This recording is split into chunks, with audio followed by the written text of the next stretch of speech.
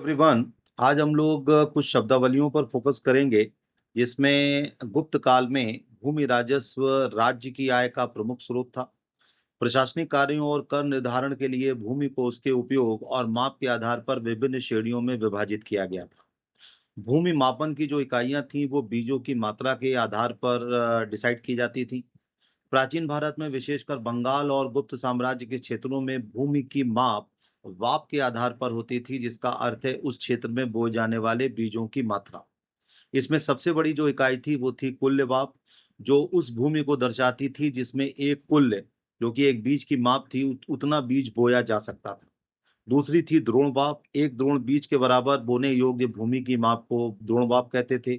तीसरी थी आड़ वाप, एक आढ़क बीज बोने योग्य भूमि को आड़ वाप कहते थे।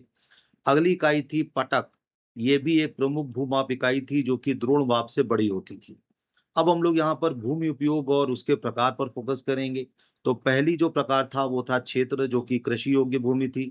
दूसरी थी खिल, जो कि बंजर या अनुपजाऊ भूमि थी। तीसरी थी अपरह, जो कि जंगल, घास के मैदान या बिना जुती हुई बंजर भूमि को कहते थे। चौथी थी वास्ती, जो कि आवासीय भूमि जहां पर लोग निवास करते थे।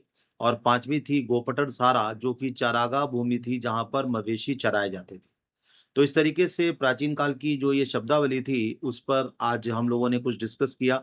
मुझे उम्मीद है कि आपको ये वीडियो अच्छा लगा होगा। और यदि आपको ये वीडियो अच्छा लगा हो तो आप इस चैनल को लाइक, सब्सक्राइब एंड शेयर जरूर करें और अपने ग्रुप में भी इसे प्रमोट करें। इसी तरीके का और वीडियोस भी मैं लेकर आता रहूंगा और इस तरीके से आपकी जो तैयारी है वो एक अच्छी दिशा में जाएगी।